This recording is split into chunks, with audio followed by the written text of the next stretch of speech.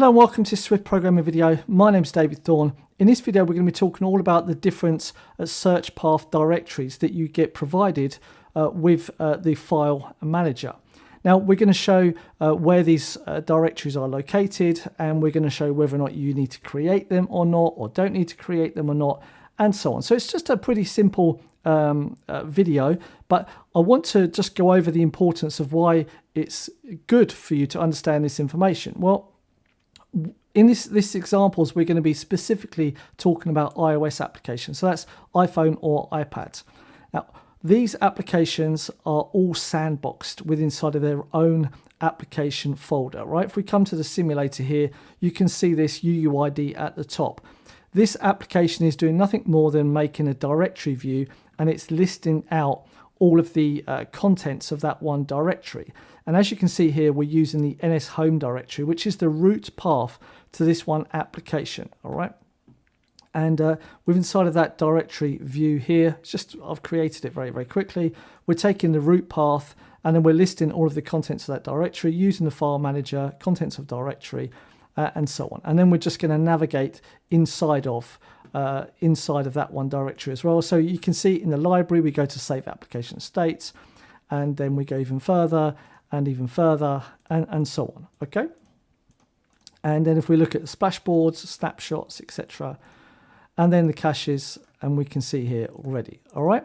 So this is the default settings. This simulator has been removed and also reset, so it should look the same when we actually put it onto a simulator as well. It should mirror what we are basically getting on here. So if we come and have a look, we should get the same type of thing. Okay, we get a different UUID. That's because it's been installed. We come on library, we should get the same.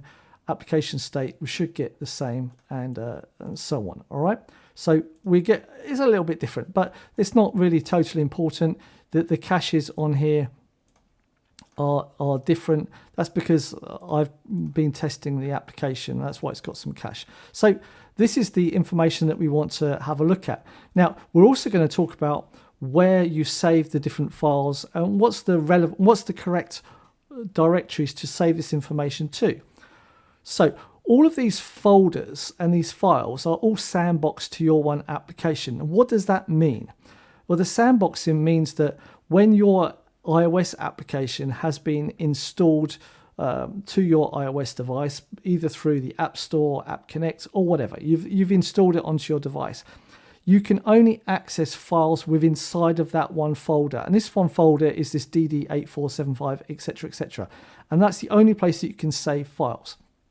This is your place. This is your directory to do basically anything you want to it, but you cannot step outside of this one directory, and other applications cannot come inside of this directory either. That's what sandboxing means. Now, there are ways of getting around this with the likes of app groups and so on, but we're just going to assume this is your single application and you haven't got created any other app groups or anything like that. So in our application, we have this create tab view where you can add your buttons here, and this file system. So when we create a new file, a new folder, it's going to display it in this file system thanks to SwiftUI. So what's the first directory that we are going to create? I've created this create file button that takes a search path, all right, and then just a label for the button, and then it will then take that URL and it will write to that one URL. And this is going to crash if that one directory doesn't exist. Now, the user domain mask, here, it could be all domain masks or system domain masks. Now, all domain masks, if you're working on an app, will provide you with more than one URL, okay? Now, because we are working on iOS, we're going to force unwrap it to the first one because it's the only one that you actually get. If you're working on a Mac, then you're going to have to decide which one you're going to work for. But right now, we're having an example for iOS, all right? So user domain mask is only going to return one URL only, okay? And if it doesn't exist, this is going to crash, okay?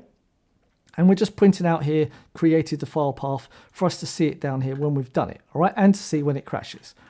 And why are we crashing it? Well, because I want you to see which ones do exist and which ones don't exist. So let's just create our first one. And the first one we're going to say is then going to be when we put this on the next line, is then going to be the shared public directory. And we'll just say shared public, public directory, okay? And before we run it, let's just have a quick look at what we've got already. So we don't have any shared public library on here. We don't have public or anything like that. When we run this and we press shared public directory, you'll see that we get an error. And this is what I want you to see, right? User, so this is where the sandbox is here, all right, inside this folder. And then we have data, containers, data application, and then, so this is the sandbox here to our actual application. And then we have public, and then this is the file name that we were creating, all right? We created it with a UUID, but it doesn't exist right now because that one parent folder doesn't exist. So we actually have to create it first of all. Okay, so we've now seen the public one, all right, that it doesn't exist. So let's start by creating the next one. And we'll go by the caches directory. The caches directory is where if you've downloaded any images or any files or network requests or anything like that, and you just don't want to do this again, and then this is where you should save this stuff to, all right?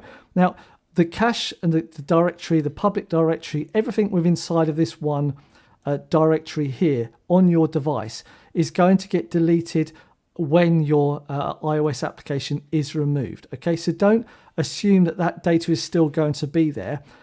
You don't have any permissions to write to it elsewhere, but this one application folder here can also be saved to the iCloud too, right? But that is then a part of the general settings, etc., etc.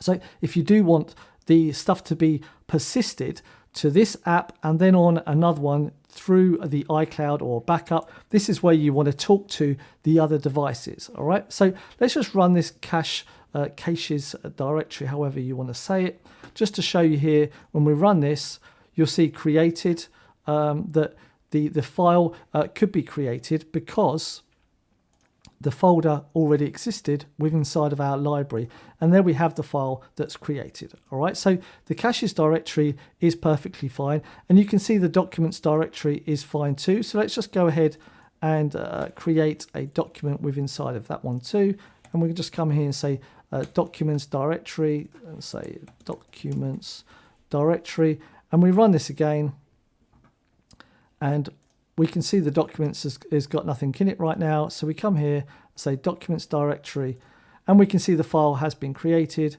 and we create a whole bunch of them. We can come back and see there's been more created already. Okay, so that's then the documents directory. This is the place if you need to save any documents, right, for that one file. And this is also relevant if you want to allow your user of the app to maybe import or export any files into the application to read to. This is the ideal place to save this stuff to. So the next one is now the application support directory, right? If you've got any database files, anything like that that are pertinent to your application running, then this is the directory to store the stuff in. Okay, so if you've got like an SQLite file, or you've got any other files that you want to have from configurations, or any user settings that you don't want to use in user defaults or something, this is the place to go. So it's this like the bookshelf for your application. So if you don't want to save stuff in memory, then this is the place to save it to. But if you want like temporary data that can get deleted, save it to the cache directory. If the iPhone or the iPad doesn't have enough storage, this is a directory where the operating system could, if they wanted to, delete from, all right? But the application support says, I need this data to be in here, all right? So when we run this code once again, we can see that the app support button is here, and we'll just press the button and let it crash. And you can see here that the library application support does not exist, right? So let's just run the application again, and we look inside this library, and the application support doesn't exist there. All right, so this is nothing more than coming inside of this one function here, and we can just say here, for example, if FileManager Well, you can do it simply, actually. You could, just to be lazy right now, we could say FileManager default create directory at the file URL with then any intermediate directories, right? When we run this, this is going to fail gracefully, and this is going to have a problem here if it can't write to it, right? So we say application supports.